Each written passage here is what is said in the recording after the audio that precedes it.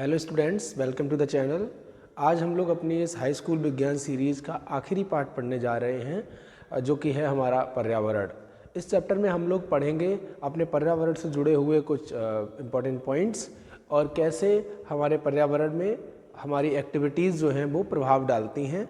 तो यह एक सामान्य सा चैप्टर है, पर इससे भी बोर्ड में काफ़ी सारे क्वेश्चंस पूछे जाते हैं, तो सभी लोग ध्यान से समझेंगे और देखेंगे क्या विषय वस्तु है इस चैप्टर की। ओके, और सभी बच्चे हमेशा की तरह इस चैप्टर को भी अपने दोस्तों तक शेयर कर दें ताकि वो लोग भी इस सीरीज़ के इस वीडियो को भी पहले की वीडियोज़ की तरह देख पाएँ और चैनल से जुड़ जाएँ।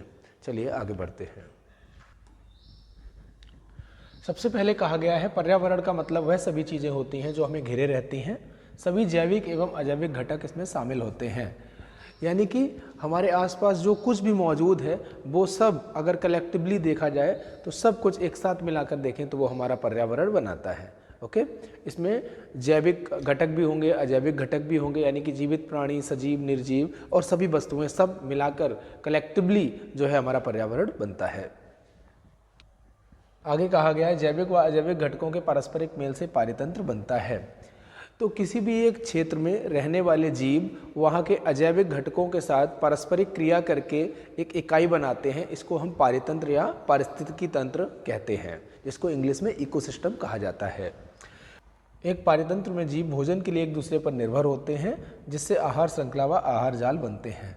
तो किसी भी क्षेत्र में जो जीव रहते हैं वहाँ पर जो हरे पौधे होंगे वो प्रकाश संश्लेषण करके अपना भोजन बना लेंगे, पर सभी जीव तो भोजन बना नहीं पाते। तो जो जीव भोजन नहीं बना पाते हैं वो हरे पौधों पर निर्भर रहते हैं, डिपेंडेंट रहते हैं भोजन प्राप्त करने के लिए। तो आगे हम लोग इस चैप्टर में देखेंगे कि कौन सा जीव किसको खाता है और इससे आहार श्रृंखला बनेगी, खाद्य श्रृंखला भी बनेगी, वो भी हम लोग आगे इसी चैप्टर में देखेंगे। आगे है मनुष्य की गतिविधियों के कारण हमारे पर्यावरण में गिरावट आ रही है व समस्याएं उत्पन्न हो रही हैं। तो जैसा कि आप जानते हैं आज की मॉडर्न लाइफ स्टाइल में हम लोग की जो एक्टिविटीज़ हैं, हम लोग की जो लाइफ स्टाइल है, उससे हमारे जो पर्यावरण पर बहुत प्रतिकूल असर पड़ता है। हम लोग अपने घरों में बहुत सारे एयर कंडीशनर्स, रेफ्रिजरेटर्स और तमाम तरह की मशीनों का प्रयोग करते हैं। इसके अलावा बहुत सारी वस्तुओं को कंज्यूम करने के बाद हम उनके पैकेट्स, कंटेनर्स या शीशी जो भी होती हैं उन सबको ऐसे ही डिस्पोज कर देते हैं, फेंक देते हैं, ये सोचे बिना कि उनमें से कुछ को दोबारा यूज किया जा सकता था या कुछ को रिसाइकल करने के लिए हम भेज सकते थे। और कचरा जो प्रोड्यूस होता है उसको हमें पहले सोचना चाहिए कि इसमें से कौन सा कचरा जो है जैव निम्नकरणीय है और कौन सा अजैव निम्नकरणीय है, तो किस कचरे को कहाँ पर डालना है, ये सोचे बिना हम कहीं पर भी यूँ ही फेंक देते हैं। इससे हमारा पर्यावरण खराब होता है और प्रदूषण भी होता है। तो इस चैप्टर में हम लोग आगे जब पढ़ेंगे तो अंत में ये जानेंगे कि किस प्रकार से हमारे द्वारा प्रोड्यूस किए जाने वाले जो वेस्ट मटेरियल्स हैं, जो कचरा है, उसको किस तरीके से उसका प्रबंधन करना चाहिए और किस तरीके से हमें उसका निस्तारण करना चाहिए। ये हम लोग जानेंगे इस चैप्टर के आखिरी के टॉपिक्स में। तो चलिए आगे बढ़ते हैं।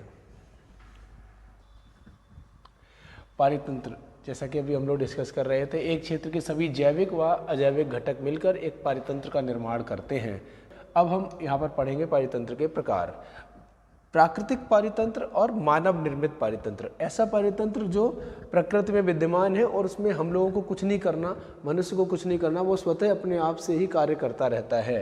तो ऐसा पारितंत्र जो प्रकृति में विद्यमान है, प्राकृतिक तौर पर ही जो है सस्टेन करता है, वो प्राकृतिक पारितंत्र कहलाता है। जैसे कि जंगल, अब जंगल में हम कोई पेड़ लगाने नहीं जाते, ठीक है ना, वहाँ पर हम किसी जीव को खाना देने के लिए जाते हैं। वे सभी जीव वहाँ एक दूसरे के साथ मिलकर रहते हैं। सजीव और निर्जीव वस्तुएं जो भी हैं वहाँ पर पारस्परिक एक दूसरे के काम में आती हैं। मानव निर्मित पारितंत्र की अगर हम बात करें तो जो पारितंत्र मानव निर्मित किए हैं उन्हें हम मानव निर्मित पारितंत्र कहते हैं। जैसे कि खेत, अब खेत में कौन से पौधे उगेंगे वो हम डिसाइड करते हैं, कौन से बीज लगाएंगे वो हम डिसाइड करते हैं, उसी हिसाब से पौधे उगेंगे, ठीक है। अगर कोई एक्स्ट्रा घास उगाती है तो उसे हम हटा देते हैं या दवा डाल देते हैं तो वो ख़त्म हो जाती है। तो खेत हम अपने आप से जो है बनाते हैं, वहाँ पर कौन से पौधे उगने वाले हैं वो हमारी मर्जी से डिसाइड होते हैं। जलाशय यानी कि तालाब, तालाब जो हम बनाते हैं वहाँ पर कौन सी मछलियाँ रहेंगी, कौन से पेड़ लगेंगे, तो वो सारे जो है मानव निर्मित हुआ, ठीक है। इसी प्रकार बगीचा, बगीचे में भी कौन से पेड़ पौधे लगने वाले हैं ये भी मानव खुद डिसाइड करता है। तो ये मानव निर्मित पारितंत्र है। ओके, तो बच्चों कोई भी पारितंत्र एक छोटा सा हिस्सा है हमारे एक बड़े से पर्यावरण का।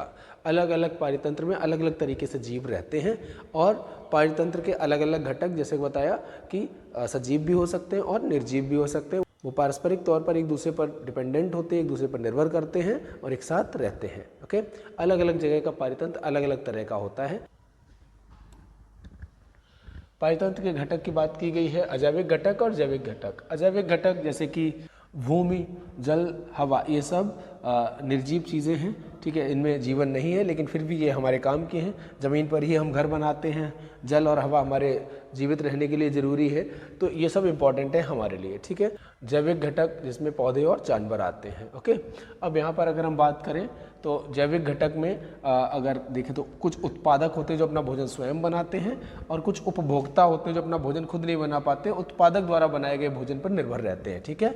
और अपघटक ये वो जीव हैं जो बहुत सूक्ष्म जीव होते हैं, और ये पौधे या जानवर जो भी खत्म हो जाते हैं, मर जाते हैं, तो उनको ये सिंप्लीफाई करके, सरलीकृत करके मिट्टी में मिला देते हैं।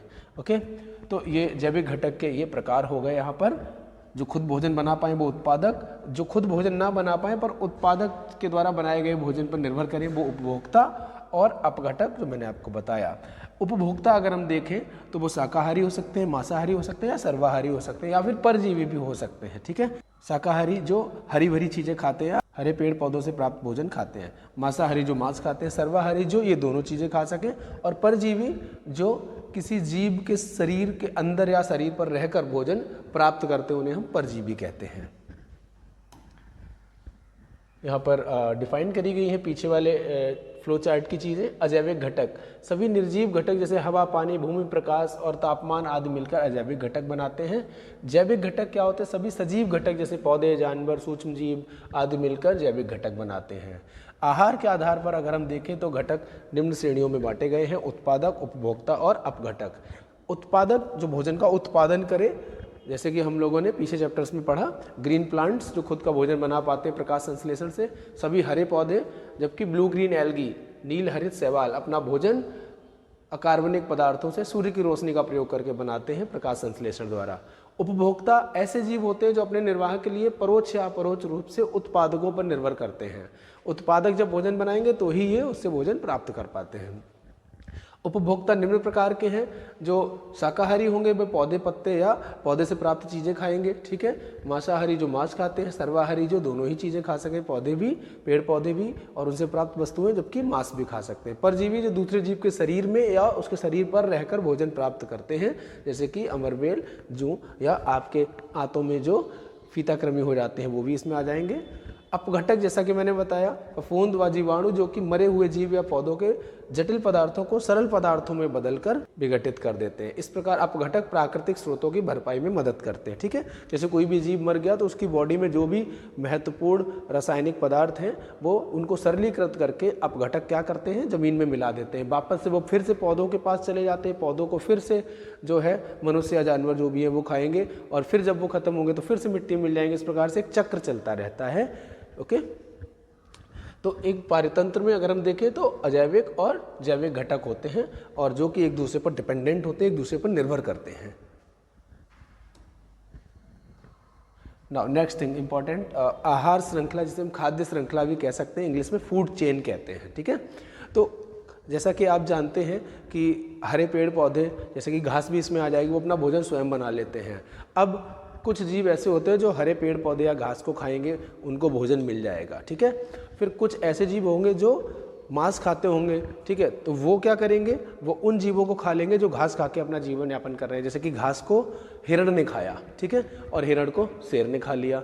तो ऐसे किस जीव को कौन खाता है और फिर उस जीव को कौन खाता है और फिर उस जीव को कौन खाता है, ये जब हम एक के बाद एक क्रम से लगा देते हैं तो जो एक श्रृंखला बनती है उसे हम खाद्य श्रृंखला कहते हैं या आहार श्रृंखला कहते हैं, इंग्लिश में फूड चेन कहते हैं। आहार श्रृंखला एक ऐसी श्रृंखला है जिसमें एक जीव दूसरे जीव को भोजन के रूप में खाते हैं। उदाहरण अगर हम देखें, जैसे घास को हिरण ने खाया, हिरण को शेर ने खाया। ऐसे आप कोई और भी उदाहरण दे सकते हैं। खाद्य श्रृंखला किसी भी जगह की अलग अलग प्रकार से आप उदाहरण में दे सकते हैं, जैसे कि जलीय जीवों की अलग होगी, जमीन पर रहने वाले जीवों की अलग होगी, ठीक है। इस तरह से एक आहार श्रृंखला में उन जैविक घटकों को जिनमें ऊर्जा का स्थानांतरण होता है उन्हें पोषी स्तर कहते हैं। जैसे घास को हिरण ने खाया, फिर हिरण को शेर ने खाया, ठीक है। तो इससे क्या हुआ, 3 लेवल बन गए, घास, हिरण, शेर। तो ये 3 जो लेवल बन गए ये पोषी स्तर हो गए। इनको इंग्लिश में ट्रॉपिक लेवल कहा जाता है। ओके।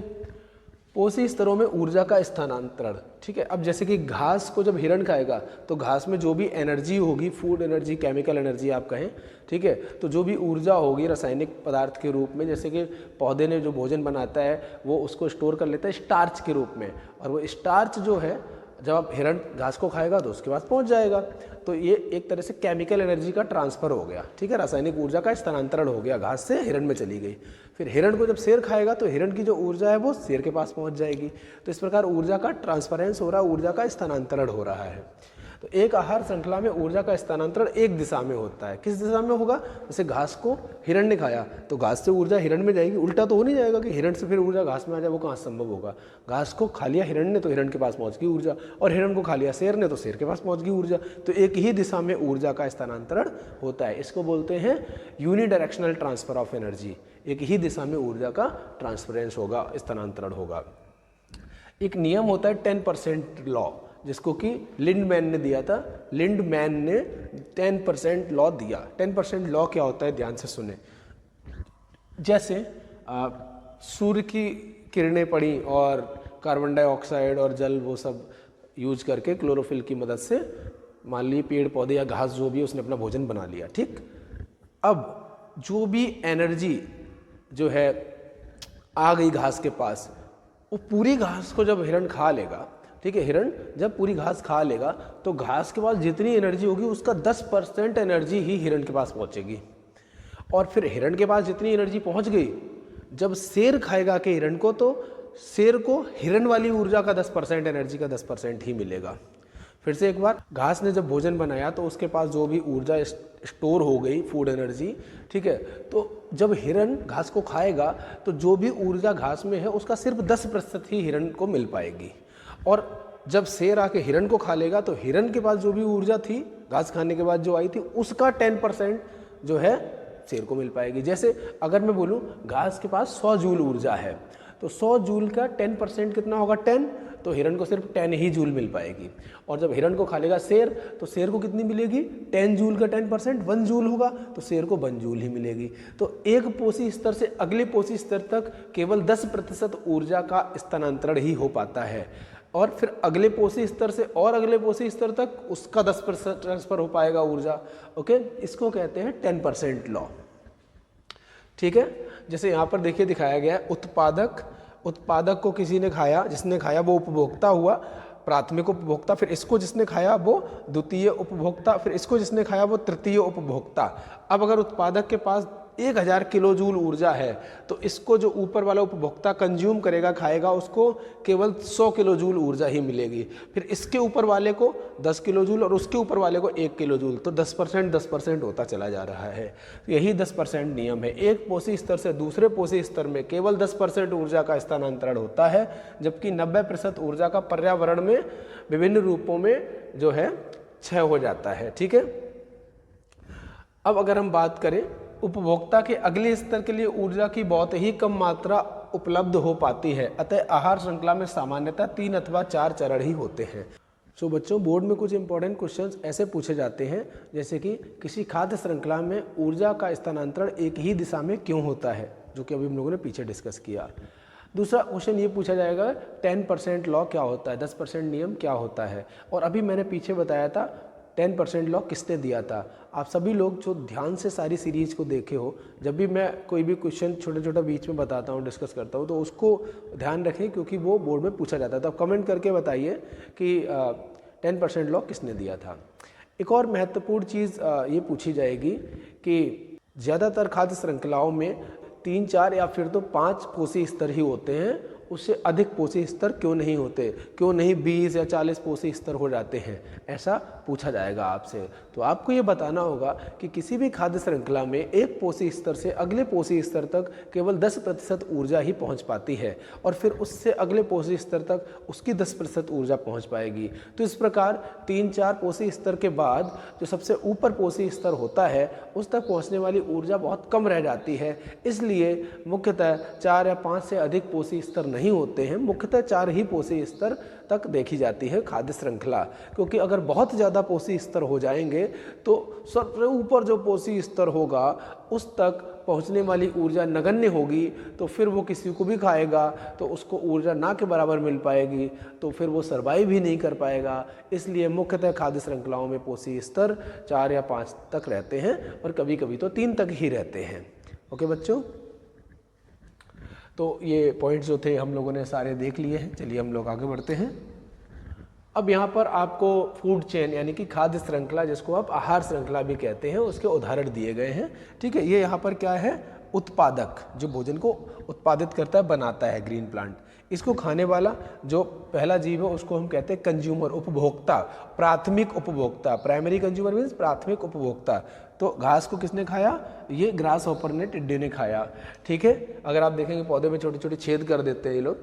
ठीक है, फिर इसको किसने खाया, मेंढक ने खाया, तो ये सेकेंडरी कंज्यूमर हो गया, द्वितीयक उपभोक्ता। इसको सांप ने खाया तो ये तृतीयक उपभोक्ता, और इसको इस आउल ने खाया, उल्लू ने खाया, तो ये चौथे स्तर का उपभोक्ता। ठीक है, अब इसमें जो भी ऊर्जा आती है उसका 10% इसको मिलेगा, और इसको जब ये पूरा खा लेगा तो इसको 10% मिलेगा, इसको इसका 10% और इसको इसका 10%, तो अब बहुत कम होती जाएगी ऊर्जा। ठीक है, इसके बाद जो भी ऊर्जा होगी उसका 10% इसे, और इसके पास जो पहुंची उसका 10% इसे, और इसके पास जो पहुंची उसका 10% इसे, और इसके पास जो पहुंची उसका 10% इसको मिल पाएगा। तो सोचो ऊपर तक कितनी कम ऊर्जा पहुंच पाएगी, उसको बार बार भूख लगेगी।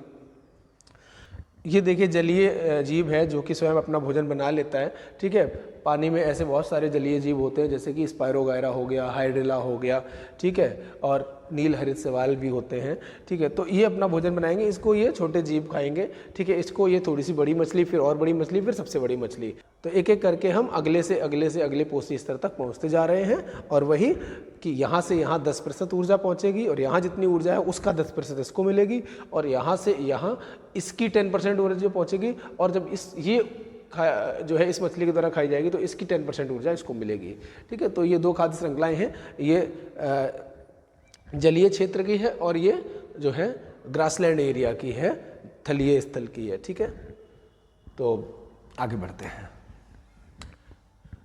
अगला टॉपिक है जैव आवर्धन। जैव आवर्धन, ओके, ये एक इंपॉर्टेंट टॉपिक है। इसको हम लोग इंग्लिश में बोलते हैं बायोमैग्निफिकेशन या बायोलॉजिकल मैग्निफिकेशन।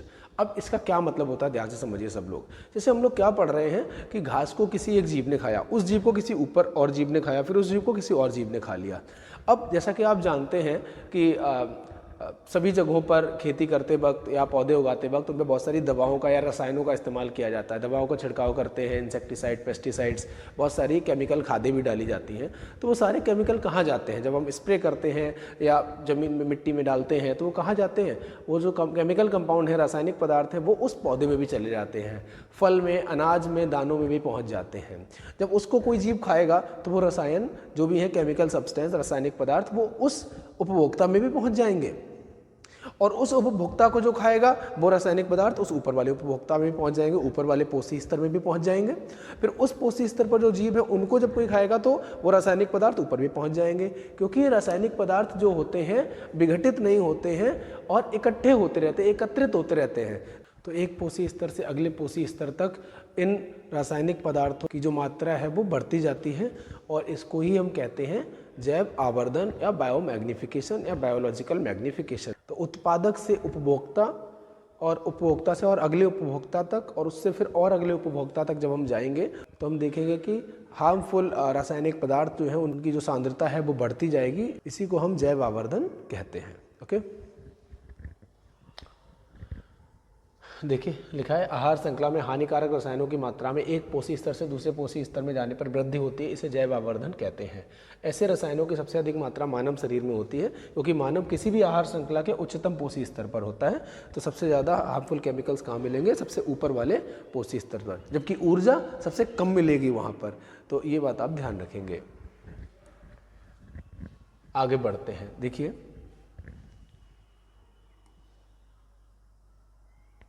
अगला टॉपिक आहार जाल, जिसको हम फूड वेब कहते हैं।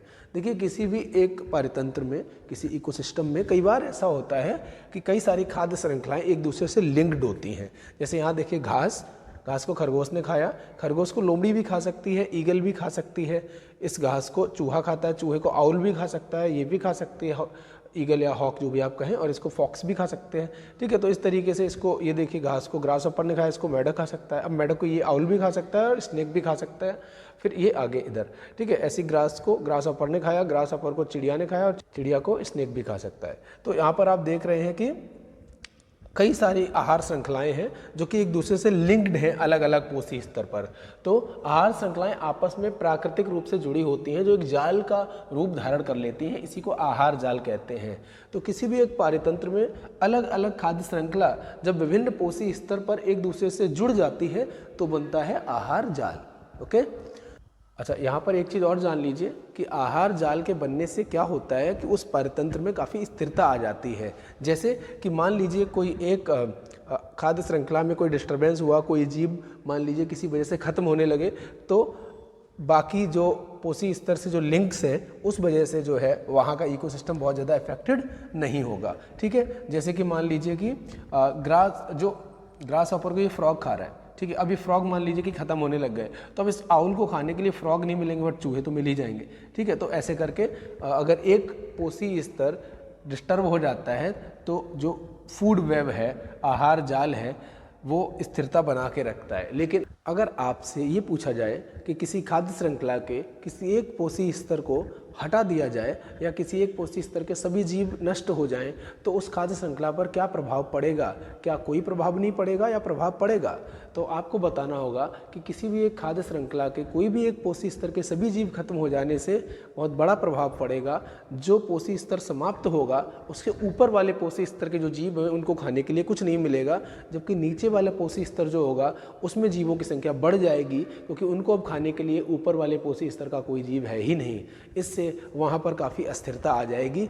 ऐसे में यदि आहार जाल बना होता है, विभिन्न खाद्य श्रृंखलाएं आपस में लिंक्ड होती हैं, तो चीज़ें जो है मेंटेन हो जाती हैं और स्टेबिलिटी बनी रहती है। ओके, कोई एक पोषी स्तर अगर नष्ट हो भी जाता है तो बाकी दूसरी खाद्य श्रृंखला से खाने की चीज़ों का प्रबंध हो जाता है।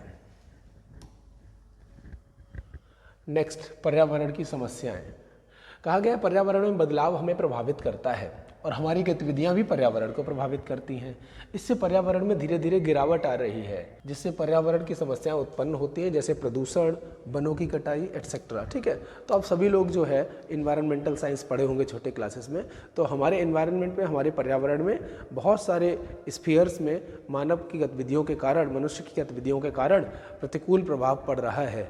तो हमें जो भी इन्वायरमेंटल साइंसेस में पढ़ाया जाता है, साइंस में पढ़ाया जाता है और सोशल साइंसेस में भी पढ़ाया जाता है, हमें उन बातों का ध्यान रखना है और अपने पर्यावरण में कोशिश करनी है कि कोई भी प्रतिकूल प्रभाव हम ना डालें। ओके, टॉपिक है ओजोन परत। ये आप लोगों ने पिछले क्लासेस में भी पढ़ा होगा। ओजोन जो गैस है वो ऑक्सीजन का रूप है, फॉर्मूला है O3। ऑक्सीजन के 3 परमाणु आपस में मिलकर ओजोन बनाते हैं। बेसिकली होता क्या है कि जो ओजोन गैस है वो हमारे पृथ्वी के आसपास जो है, पृथ्वी को घेरे हुए है कुछ ऊंचाई पर स्ट्रेटोस्फीयर में, और ये क्या करती है कि सूर्य से आने वाली जो किरणें हैं उनमें से जो यूवी रेडिएशंस हैं इनको ये अवशोषित कर लेती है और पृथ्वी तक नहीं आने देती है। क्योंकि वो जो यूवी किरणें हैं अगर सीधा पृथ्वी पर आ जाती हैं तो यहाँ पर जो जीवित प्राणी हैं उनको काफ़ी प्रभाव पड़ेगा। ओजोन परत पृथ्वी के चारों ओर एक रक्षात्मक आवरण है, रक्षात्मक कवच के रूप में ये घेरे हुए हैं पृथ्वी को, जो कि सूर्य के हानिकारक परावैंगनी प्रकाश को, अल्ट्रावायलेट प्रकाश को अवशोषित कर लेती है। इस प्रकार से ये जीवों की स्वास्थ्य संबंधी हानियां जैसे कि त्वचा कैंसर, मोतियाबिंद, कमजोर परिरक्षा तंत्र और पौधों पर भी इसका काफ़ी नुकसान होता है। ठीक है, तो मुख्य रूप से ओजोन परत समताप मंडल में पाई जाती है, जो कि हमारे वायुमंडल का हिस्सा है। जमीनी स्तर पर ओजोन एक घातक जहरीली गैस है। हमारी पृथ्वी के बहुत पास होगी जहाँ हम लोग रहते हैं तब तो ये हमें नुकसान पहुँचाएगी, लेकिन ऊपर जो है वायुमंडल में ये एक परत के रूप में घेरे हुए हैं पृथ्वी को, और सूर्य से आने वाली किरणों में से जो परावैंगनी किरणें हैं, अल्ट्रावायलेट रेडिएशंस, यूवी रेडिएशंस, उनको ये अवशोषित कर लेती है। ओके, ओजोन का निर्माण। ओजोन का निर्माण निम्न प्रकार से होता है। O2 जो गैस है वो O2 जो अणु है वो टूटकर ऑक्सीजन के परमाणुओं में अलग अलग हो जाता है और एक O2 अणु एक परमाणु को लेकर O3 बन जाता है। इसी को हम ओजोन कहते हैं। ओके, ये जो ओजोन O3 गैस है यही जो है पृथ्वी को घेरे हुए है एक कवच के रूप में चारों तरफ से। ठीक है, अब 1985 में पहली बार अंटार्कटिका के ऊपर ओजोन परत की मोटाई में कमी देखी गई, जिसे ओजोन छिद्र के नाम से जाना जाता है। तो अंटार्कटिका के ऊपर ओजोन परत जो थी उसकी मोटाई में कमी होने लग गई, क्योंकि वहाँ से ओजोन का क्षरण होने लग गया। इसी को ओजोन छिद्र या ओजोन होल कहा गया। अब ये कैसे हुआ? तो कहा गया है ओजोन की मात्रा में इस तीव्रता से गिरावट का मुख्य कारक क्लोरोफ्लोरोकार्बन्स नाम का रसायन है, जिसका उपयोग शीतलन और अग्निशमन के लिए किया जाता है। तो जो क्लोरोफ्लोरोकार्बन्स नाम का रासायनिक पदार्थ है, ये जब ज़्यादा रिलीज होता है तो ये ओजोन को जाके ख़त्म करने लगता है।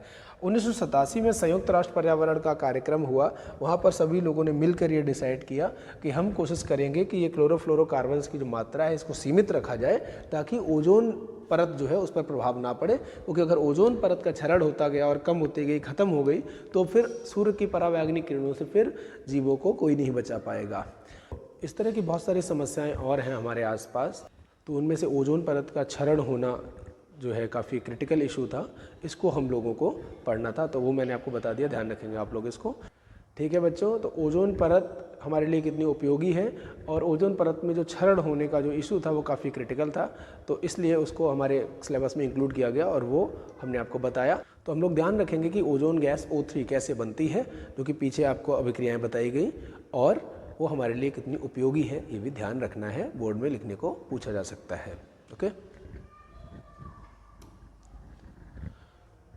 आखिरी अगर हम बात करें टॉपिक, तो वो है कचरा प्रबंधन। ये समस्या आप अपने आसपास सब जगह देखते होंगे कि सुबह सुबह जब आप घर से बाहर निकलते होंगे तो गलियों में बहुत सारा कचरा फैला रहता है। उसके बाद फिर गाड़ी आती है, उस कचरे को एकत्रित करके ले जाती है। कुछ जगह हो सकता है ना भी आती हो, पर ये ज़रूरी है कि आप थोड़ा सा अवेयर रहें और कचरे को सही तरीके से प्लान्ड करके उसको अलग अलग जगह पर रखें, और फिर कैसे आप अपने आसपास जो है गंदगी फैलने से बचा सकते हैं, उससे रिलेटेड ये टॉपिक है, सभी लोग ध्यान से देखेंगे।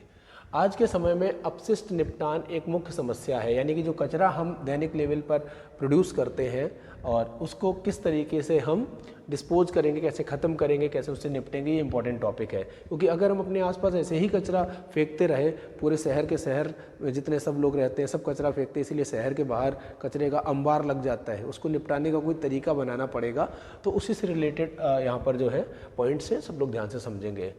जो कचरा है वो हमारे पर्यावरण को प्रभावित करता है। हमारी जीवन शैली के कारण बहुत बड़ी मात्रा में कचरा इकट्ठा हो जाता है। जैसे कि आप जब कहीं भी बाहर जाते हैं तो बहुत सारा पैकेज्ड आइटम्स लेते हैं, उनको खाने के बाद पैकेट्स ऐसे ही फेंक देते हैं, कोल्ड ड्रिंक की बोतल्स ऐसे ही फेंक देते हैं। तो बहुत सारा कचरा ऐसे ही सारे लोग करेंगे तो सब जगह कचरा ही कचरा हो जाएगा। तो क्या करना चाहिए? तो सबसे पहले कहा गया कचरे में निम्न पदार्थ होते हैं, जैव निम्नकरणीय पदार्थ और अजैव निम्नकरणीय पदार्थ। जैव निम्नकरणीय पदार्थ वे होते हैं जो कि सूक्ष्म जीवों के द्वारा सरल रूप में बदलकर नष्ट कर दिए जाते हैं, मिट्टी में मिला दिए जाते हैं। जबकि अजैव निम्नकरणीय पदार्थ वो होते हैं जो कि समय के साथ खत्म नहीं होते और वैसे के वैसे ही बने रहते हैं जहां आप उनको फेंक दें।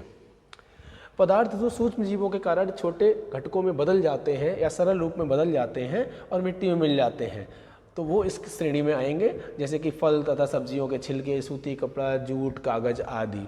ठीक है, तो जैसे आपने कहीं पर कागज़ फेंक दिया, अखबार मान लीजिए कि आपने अखबार का लिफाफा था उसको फेंक दिया, तो वो मिट्टी में मिलकर नष्ट हो जाएगा, कोई दिक्कत की ज़्यादा बात नहीं है। लेकिन अगर आप पॉलीथीन पैकेट्स फेंकेंगे तब प्रॉब्लम है। देखिए, पदार्थ जो सूक्ष्म जीवों के कारण घटकों में परिवर्तित नहीं होते, सरल घटकों में परिवर्तित नहीं होते, ठीक है, जैसे कि प्लास्टिक, पॉलीथीन, संश्लेषित रेशे, धातु, रेडियो एक्टिव अपशिष्ट पदार्थ, सूक्ष्म जीव एंजाइम उत्पन्न करते हैं जो पदार्थों को सरल घटकों में बदल देते हैं।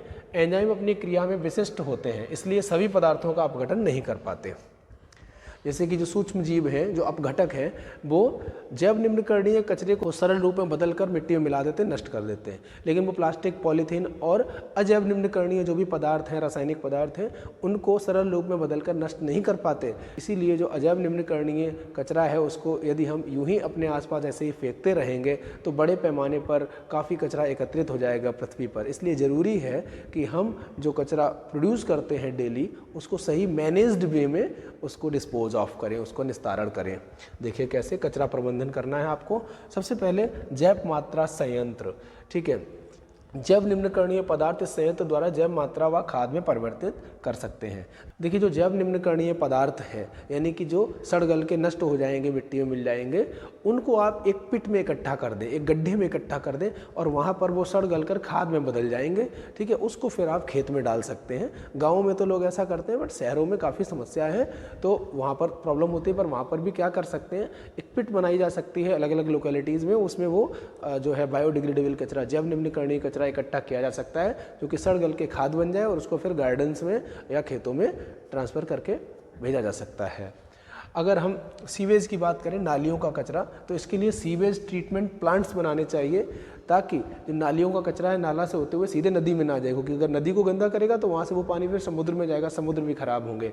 तो इसलिए शहर की सारी नालियाँ मिलकर एक बड़ा सा नाला जो बनता है, ठीक है, तो वो सबसे पहले सीवेज ट्रीटमेंट प्लांट से होकर गुजरे और वहाँ पर उसका जो कचरा है वो अलग हो जाए और पानी हालांकि पीने लायक नहीं हो जाएगा, बट काफ़ी सारा कचरा अलग हो जाएगा, तो फिर वो पानी जो होगा काफ़ी हद तक साफ हो चुका होगा, उसको आप नदी में छोड़ें। डायरेक्ट नाला जब नदी में मिला दिया जाता है तो फिर आप समझते ही हैं कि नदी भी खराब हो जाएगी और वहाँ पर रहने वाले जो जलीय जीव हैं वो भी फिर प्रॉब्लम में आ जाएंगे। तो नाली के पानी को डायरेक्ट नदी में नहीं जाना चाहिए, पहले सीवेज ट्रीटमेंट प्लांट, जिसको हम सीवेज उपचार तंत्र कहते हैं, वहाँ पर संशोधित करना चाहिए, उसके बाद नदी में छोड़ना चाहिए। आगे कूड़ा भराव क्षेत्र, कुछ ऐसा कचरा होता है जो कि सड़ता गलता भी नहीं है, ठीक है, और वो आपके काम का भी नहीं होता है, दोबारा भी उसको यूज़ नहीं कर पाओगे आप, तो उसको क्या करें, सारा जो शहर का ऐसा कचरा है जो कि सड़ गल के नष्ट भी नहीं होगा, यानी कि अजैव निम्नकरणीय है, और वो दोबारा किसी रूप में यूज भी नहीं आप कर सकते, तो उसको इकट्ठा करके ऐसी जगहों पर डाल देना चाहिए जो गहरे क्षेत्र हैं, जहाँ पर भराव की ज़रूरत है, वहाँ डालकर ऊपर से मिट्टी डाल के उसको लेवल कर देना चाहिए। तो फिर भराव का क्षेत्र भी जो है सही हो जाएगा, लैंड फिलिंग भी हो जाएगी और कचरा से भी निस्तारण हो जाएगा उसका। आगे कहा गया कंपोस्टिंग, और जैसा कि आपको बताया ऊपर, जो जैविक कचरा है उसको हम गड्ढे में भरकर इकट्ठा कर दें और उससे हम कंपोस्ट बना सकते हैं। ठीक है, पुनः चक्रण, कुछ वेस्ट ऐसे होते हैं, कुछ कचरा ऐसा होता है जिसका आप पुनर्चक्रण कर सकते हैं, जैसे कांच की बोतलें या लोहे की चीज़ें, धातुओं की चीज़ें, तो उनको क्या करें, आप कचरे में ऐसे ही ना फेंक दें, उनको अलग इकट्ठा कर लें। अब कांच की बोतलें कलेक्ट करने वाले और लोहे और कबाड़ा लेने वाले अलग लोग आते हैं, उनको आप वो दे दें, वो क्या करेंगे, उन चीज़ों को ले जाकर वहाँ पहुँचा देंगे जहाँ पर उनका पुनर्चक्रण होकर दोबारा से नए रूप में वो नई वस्तुएं बन जाएंगे। तो इससे पृथ्वी पर जो संसाधन है उन पर ज़्यादा दबाव नहीं पड़ेगा और पुनः रिसाइकल होकर पहले वाले ही पदार्थ से नई वस्तु आ जाएगी जिसको दोबारा यूज किया जा सकता है। पर अगर आप सारा कचरा घर का इकट्ठा करके ऐसे ही डस्टबिन में फेंक दोगे तो पता ही नहीं होगा आपको कि सब्जियों का जो छीलन था वो सड़ गल के जो है खाद बन जाता, जबकि कांच की और लोहे की जो भी वस्तुएं थीं वो रिसाइकल हो जाती, पुनर्चक्रित हो जाती और उनसे दोबारा नई वस्तुएं बन जाती। ठीक है, तो ये ज़रूरी है, इसीलिए जो है जो जैव निम्नकरणीय कचरा है उसे अलग रखना चाहिए और अजैव निम्नकरणीय कचरा अलग रखना चाहिए। ओके, आगे कहा गया पुनः उपयोग। कुछ ऐसी चीज़ें होती हैं जिनको आप पुनः उपयोग कर सकते हैं, जैसे कि कोई कार्टन्स हैं, कोई बोटल्स हैं, उनको आप घर में कोई और चीज़ें स्टोर करने के लिए यूज़ कर सकते हैं। डब्बे हैं, प्लास्टिक के डब्बे या प्लास्टिक की बोटल्स, ठीक है, उनको दोबारा आप ऐसे फेंके ना, उनको घर में किसी और चीज़ को स्टोर करने के लिए यूज कर सकते हैं। जैसे यहाँ पर एक उदाहरण ऐसे ही लिखा हुआ है कि अखबार से आप लिफाफे बना सकते हैं, है ना, तो ऐसे अखबार को आप फेंक देंगे तो बेकार हो जाएगा, पर उससे लिफाफे बन जाएंगे, तो कुछ चीज़ें स्टोर करके आप उनको रख सकते हैं या दुकानों पर वो लिफाफे जो है किसी चीज़ को रख के बेचने के काम में आ जाएंगे। ठीक है, तो अब ये आपको देखना है कि कौन सी चीज़ को दोबारा कहाँ यूज किया जा सकता है। भस्मीकरण, इसको बोलते हैं इंसिनरेशन। कुछ ऐसा कचरा होता है जिसको आप दोबारा यूज़ नहीं कर सकते, वो हार्मफुल होता है, तो उसको हम किसी क्लोज्ड प्लेस में ले जाकर और जलाकर नष्ट कर देते हैं, राख बना देते हैं। कहा गया है जैसे यह एक अपशिष्ट उपचार प्रक्रिया है जिसे थर्मल उपचार के रूप में वर्णित किया जाता है, जो कचरे को राख में बदल देता है। मुख्य रूप से इसका उपयोग अस्पतालों से जैविक कचरे के निपटान के लिए किया जाता है। अस्पतालों से निकलने वाला जो कचरा होता है तो उसको कैसे ख़त्म करते हैं, भस्मीकरण के द्वारा, इंसिनरेशन के द्वारा, सबको जला के नष्ट करके राख में बदल दिया जाता है और उसको फिर लैंड फिलिंग के लिए, भराव के लिए यूज कर सकते हैं, जहाँ पर लो लाइंग एरियाज है वहाँ पर आप भराव कर सकते हैं उस राख से। तो बच्चों, इस तरीके से हम कचरे का निस्तारण कर सकते हैं। सारा कचरा इकट्ठा करके एक ही जगह फेंकना नहीं चाहिए, हमें उसको सेग्रीगेट करना चाहिए कि कांच की और लोहे की बोतल्स अलग, जो कबाड़ी जब कलेक्ट करने के लिए आएंगे हम उनको दे देंगे, ठीक है। और उसके बाद जिन चीज़ों को दोबारा यूज कर सकते हो घर में किसी रूप में, उनको आप अलग रखेंगे, और जो चीज़ें सड़ गल के नष्ट हो जाएंगी उनको आप अलग पिट में इकट्ठा कर दें और वो सड़ गल के खाद बन जाएंगी। अगर आपने घर में नहीं कर सकते तो सारी लोकेलिटी के लोग मिलकर एक पिट बना लें लोकेलिटी में, वहाँ पर किया जा सकता है, और उससे आप पार्क में या बगीचे में खाद यूज कर सकते हैं जब वो खाद बन जाएंगे। ओके, तो इस प्रकार आप अवेयर रहेंगे तो आपका जो पर्यावरण है वो गंदा नहीं होगा और आप अच्छे से रह पाएंगे, सभी लोग स्वस्थ रह पाएंगे। क्योंकि अगर पर्यावरण में कचरा और गंदगी होगी तो उससे बीमारियां फैलेंगी और फिर आप लोग बीमार रहेंगे, तो फिर क्या ही फ़ायदा है। ओके, तो आई होप सभी लोग इन बातों का ध्यान रखेंगे। तो यहाँ पर ये चैप्टर समाप्त हो रहा है और इसी के साथ ये सीरीज़ भी समाप्त हो रही है। सारे चैप्टर्स कंप्लीट हो गए हैं। सभी बच्चे अच्छे से सारे चैप्टर्स देखे होंगे। जिन्होंने कोई भी चैप्टर स्किप किया हो, मिस किया हो, वो उसको जाकर देख लें। अभी बोर्ड एग्ज़ाम से पहले ये सीरीज़ आपके रिवीजन के लिए बहुत उपयोगी है। और जो लोग स्टार्टिंग सेशन से देखेंगे उन लोगों को मैं सजेस्ट करूँगा कि जैसे जैसे आप चैप्टर पढ़ते जाएँ वैसे वैसे ये वीडियो देखते जाइएगा, और इससे आपका जो चैप्टर है वो अच्छे से कंप्लीट होता जाएगा। प्रत्येक वीडियो को देखने के बाद आप उस चैप्टर के क्वेश्चंस की प्रैक्टिस भी करें, तो इससे आपकी तैयारी कंप्लीट हो जाएगी। ये final request to all of you कि सभी बच्चे इस चैनल के बारे में और इस सीरीज़ के बारे में अपने साथ के हाई स्कूल के दोस्तों को बताएं और अपने जूनियर्स को भी बताएं। ये सीरीज़ काफ़ी उपयोगी है उन सभी के लिए। So stay connected to this channel and best of luck to all of you for your board exams.